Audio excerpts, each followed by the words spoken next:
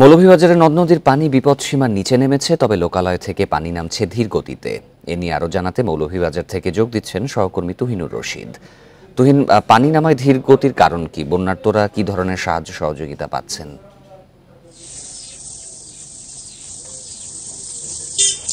আসলে মৌলভীবাজারের যে দুটি উপজেলা কুলাউড়া এবং কমলগঞ্জ, এই দুটি উপজেলার বন্যা পরিস্থিতি অনেকটাই স্বাভাবিক হয়েছে। তবে রাজনগর উপজেলার যে নিম্নাঞ্চল যেগুলি রয়েছে, অর্থাৎ হাওর অধ্যুষিত এলাকা, এগুলিতে কিন্তু এখনও বন্যার পানি নামছে। এই এলাকাগুলিতে কিন্তু এখনও বাড়িঘর তলিয়ে আছে এবং রাস্তাঘাট কিন্তু এখনও ডুবন্ত অবস্থায় আছে। আমি যে জায়গাটিতে আছি এটি একটি গ্রামীণ এলাকা, হাওর অঞ্চলের এলাকা।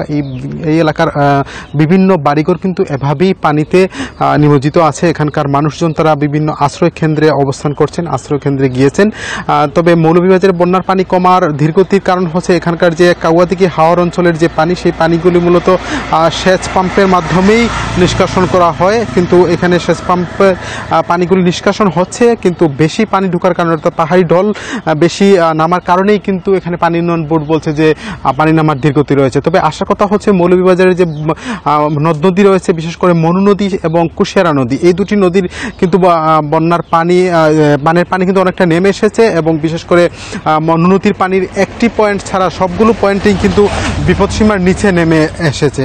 যার ফলে আশা করা যায় যে মনু নদীর পানি যেহেতু নামছে এবং কুশিয়ারা নদীর পানি যেহেতু নামছে ক্রমাগত, যার ফলে এই অঞ্চলের পানিগুলো নেমে যাবে এমনটাই আশা করা যাচ্ছে। তবে এখানকার যেসব যে দুর্গত মানুষের কিন্তু এখন একটাই সমস্যা হচ্ছে যে তাদের যে বাড়িঘর থেকে পানি নামছে, সেখানে তারা বাড়িঘরে ফিরছেন, ফিরে কিন্তু তাদের যে বিধ্বস্ত বাড়িঘর সেগুলি তারা দেখছেন। এবং এখানকার এখন একটি বড় চ্যালেঞ্জ হয়ে গেছে যে এইসব যে ভাঙ্গা বাড়িঘর যেগুলি, সেগুলি মেরামত একটি দুশ্চিন্তার কারণ হয়ে দাঁড়িয়েছে। তো সব মিলিয়ে মৌলভীবাজারে বন্যা পরিস্থিতি এই মুহূর্তে একদিকে উন্নতি হচ্ছে, আবার অন্যদিকে অবনতি হয়েছে এবং হাওর অঞ্চলে কিন্তু আরও তথ্য সংগ্রহ করতে থাকুন, পরবর্তীতে আমরা যুক্ত হব।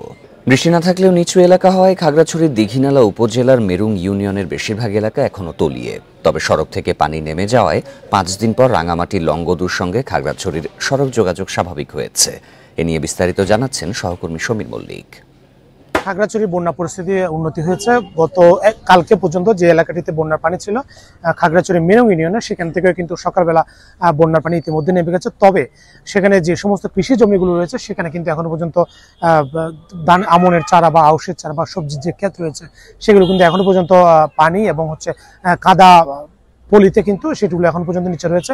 তবে কৃষি বিভাগের পক্ষ থেকে যে বিষয়টা বলা হয়েছে, পুরো জেলায় 11,000-এর মতো কৃষক কিন্তু ইতিমধ্যে ক্ষতি হয়েছে এবং এর মধ্যে সবচেয়ে বেশি ক্ষতিগ্রস্ত প্রায় 1800 হেক্টরের মতো আমনের যে চারা, সেটি নষ্ট হয়েছে। একই সাথে এখানে আউশ এবং সবজি প্রায় 300-350 হেক্টর জমির যে সবজি, সেটা নষ্ট হয়েছে এবং আগাম রবি শস্য রোপণের কিন্তু সময়। সেই জায়গা থেকে কৃষি বিভাগ তারা ভাবছে যে নতুন করে কৃষকদেরকে রবি শস্য চাষের জন্য তারা প্রণোদনা দেওয়া হবে।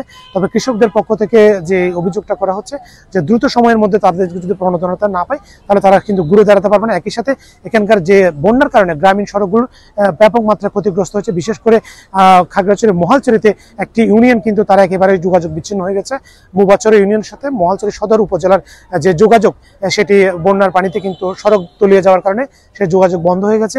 একই সাথে খাগড়াছড়ি জেলা সদর বা দীঘিনালাতে যে সমস্ত সড়কের উপর দিয়ে পানির স্রোত বয়ে গেছে, সেই সমস্ত জায়গাগুলোতে কিন্তু বন্যার পানিতে কিন্তু একেবারেই সড়ক যোগাযোগ বিচ্ছিন্ন হয়ে গেছে।